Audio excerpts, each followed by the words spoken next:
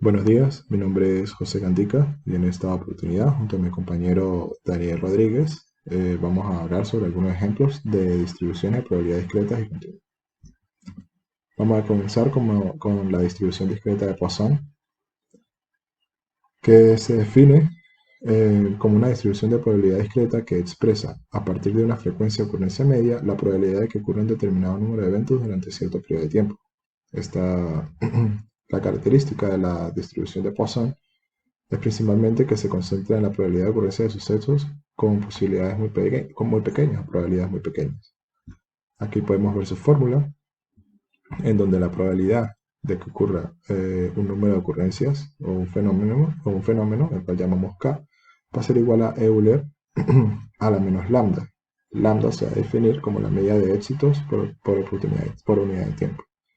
Entonces, lambda a la menos Euler, esto a su vez multiplica por lambda por k y todo sobre va dividido k factorial. Vamos a pasar a nuestro primer ejemplo, el cual dice que en un banco un asesor comercial atiende un promedio de 3 personas por hora.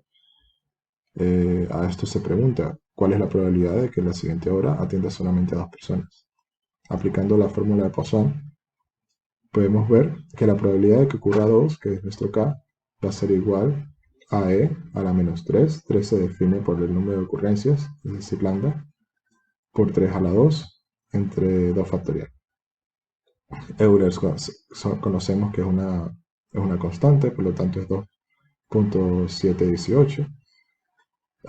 3 a la 2 va a ser 9 y 2 factoriales es 2 por 1. Asimismo, el primer ejemplo nos da como resultado 0.224, el cual si lo multiplicamos por 100 para hallar el porcentaje, encontramos que es un 22.4%. Es decir, que la probabilidad de que un asesor comercial promedio que atiende a 3 personas por hora, de que atiende solamente a 2 personas, va a ser de un 22.4%. Siguiendo adelante, vamos a continuar con nuestro siguiente tipo de distribución, es una distribución continua normal.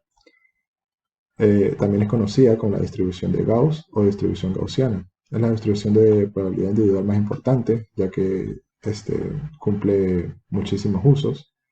Nos permite crear modelos de muchas variables o fenómenos, como por ejemplo la estructura de los habitantes de un país, la temperatura ambiental de una ciudad, los errores de medición y muchos otros fenómenos naturales, sociales y psicológicos. Aquí podemos ver la fórmula principal de la distribución continua normal. Sin embargo, también podemos llegar a una conclusión o a resolver esta fórmula por medio de la tabla. Antes que nada, también es importante la fórmula de z, que es la fórmula de normalización. Con esta fórmula se normalizan los datos para poder llegar a la lectura correcta de la tabla. Esta entonces sería la tabla de probabilidad de distribución normal, la cual básicamente para hallar un valor determinado, buscamos entre las filas de las columnas para llegar a un determinado valor. Como primer ejemplo, podemos tener el que sigue, que dice que una compañía paga a sus empleados un salario promedio de $320 al mes, con una desviación estándar de $27. Suponga que el salario se distribuye normalmente. A lo cual nuestra pregunta es, ¿cuál es la probabilidad de que un trabajador gane menos de $340 mensuales? Antes que nada, debemos normalizar los datos, los cuales lo podemos hacer fácilmente con la fórmula de z, en donde en este caso x va a ser el número va a ser la variable con la que queremos trabajar, donde mu va a ser igual a 320 y θ va a ser igual a 27, que es nuestra desviación estándar. Aplicando esta fórmula podemos hallar que obtenemos un resultado de 0.74. Este resultado, entonces, por consecuencia, lo debemos buscar en la tabla, que está aquí. Si tenemos un 0.74, buscamos en la tabla, en la parte de las filas, encontramos el 0.7 y corremos las columnas necesarias para llegar al 0.04.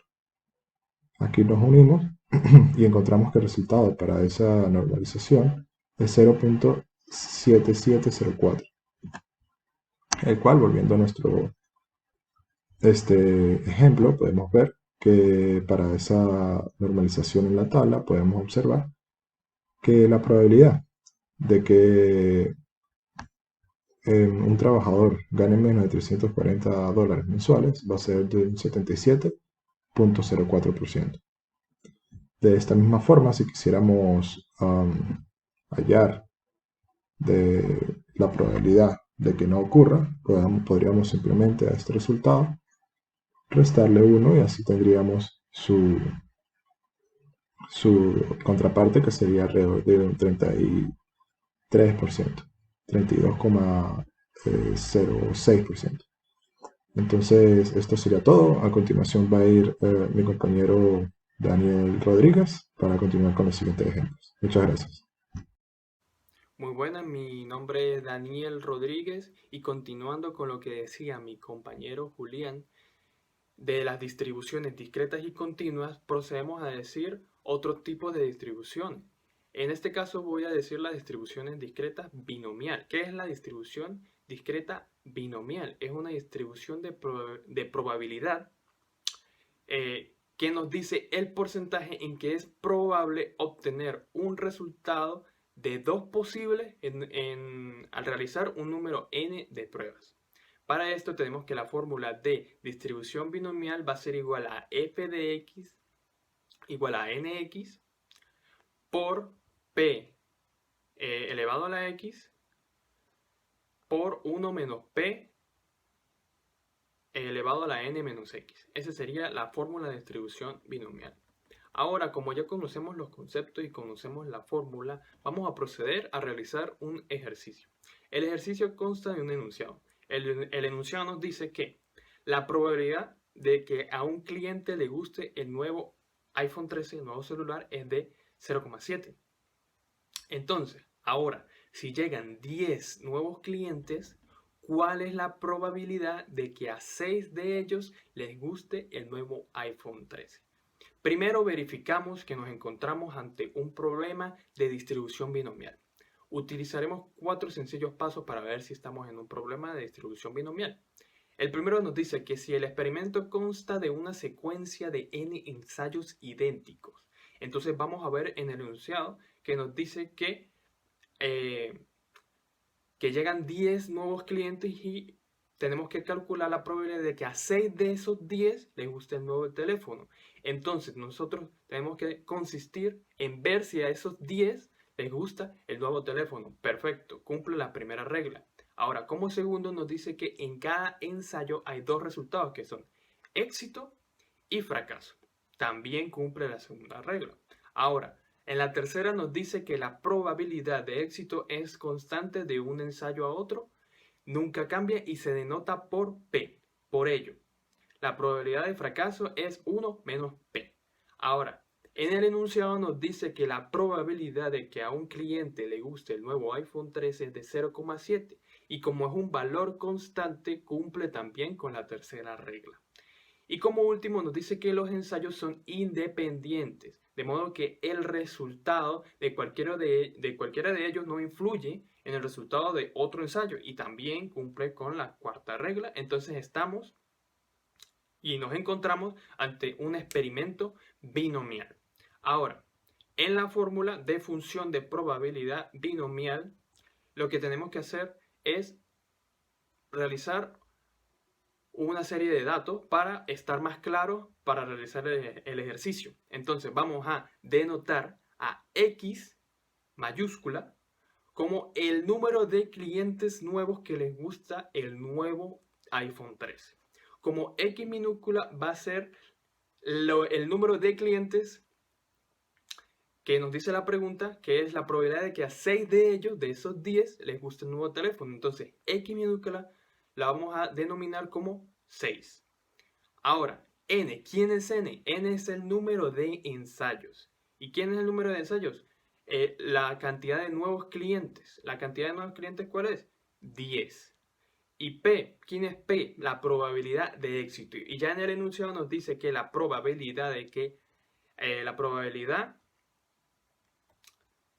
de que a un cliente le gustó el nuevo iPhone 13 es de 0,7. Entonces, denominamos a P como la probabilidad de éxito, que es 0,7. Perfecto. Ahora agarramos la fórmula de distribución binomial y sustituimos los valores, que nos quedaría como f de x va a ser igual a p de x igual a x minúscula igual a nx por p elevado a la x por 1 menos p elevado a la n menos x. Entonces nos quedaría como f de 6, porque vamos a atacar al número de la probabilidad de que a esos 6 nuevos clientes les guste el nuevo celular. Entonces vamos a atacar ese número, ese 6. Entonces sería f de 6 igual a p de x igual a 6. Que eso va a ser igual a 16 por 0,7 elevado a la 6 por 1 menos 0,7 elevado a la 10 menos 6, que sería elevado a la 4. Entonces, primero resolvemos el método factorial, que sería ese 16. Para realizar ese método factorial tenemos la fórmula, que eso va a ser igual a n factorial dividido entre x factorial multiplicado por n menos x factorial. N, ¿quién es? El número de ensayos, que sería 10. X, ¿quién es? El número de los clientes que tenemos que calcular la probabilidad, que sería 6. Entonces sustituimos, pero antes hay que aclarar cómo se realiza este factorial. Y ese factorial sería n factorial igual a n por n menos 1 por n menos 2 y así sucesivamente. Entonces quedaría un ejemplo. 5 factorial va a ser igual a 5 por 4 por 3 por 2 por 1. Como ya tenemos claro eso, lo que tenemos que hacer es sustituir en la fórmula.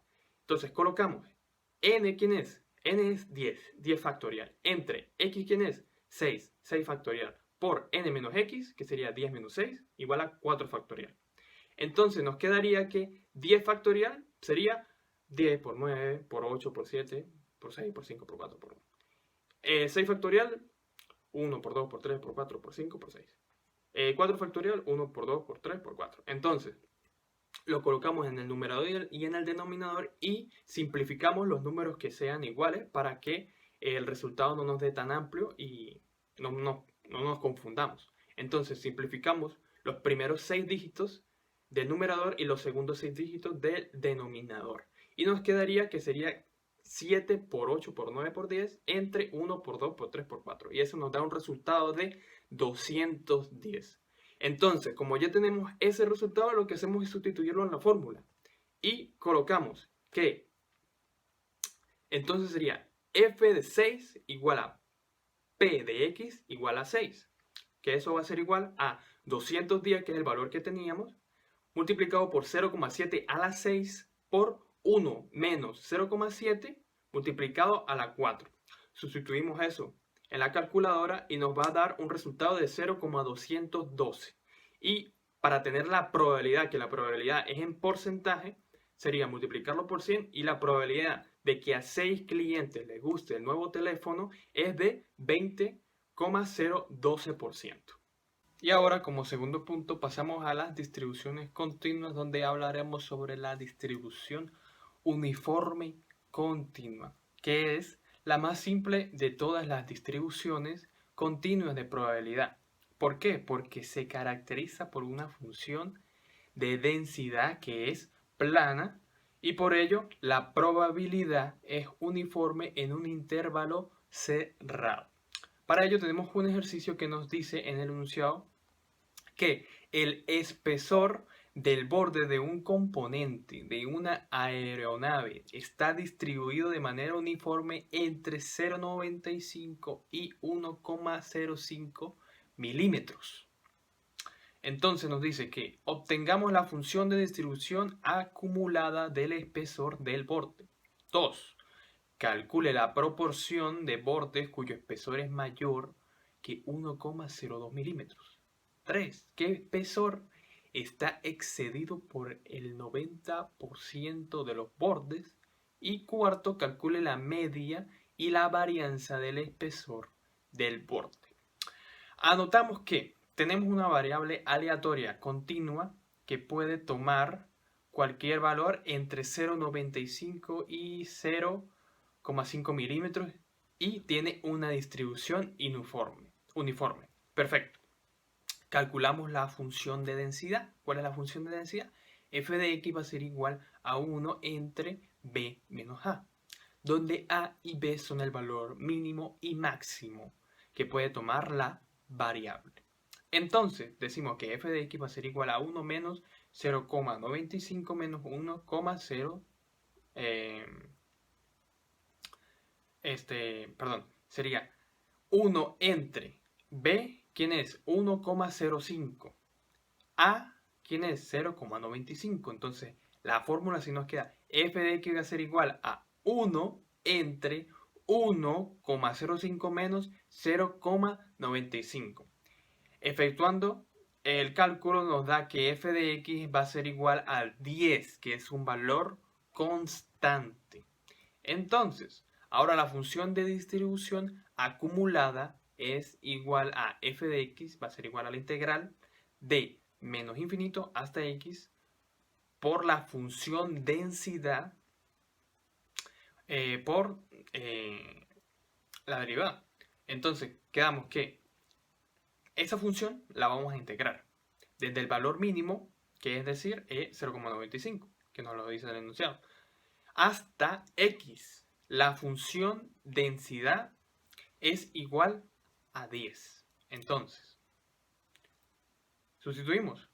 F de X va a ser igual a la integral desde 0,95 hasta X de 10 por la derivada U, o sea, 10 de U, que eso va a ser igual a 10 U entre los valores de 0,95 hasta X. Entonces, efectuando el cálculo, nos queda que F de X va a ser igual a 10X menos 10 por 0,95, donde F de X va a ser igual a 10X menos 9,5.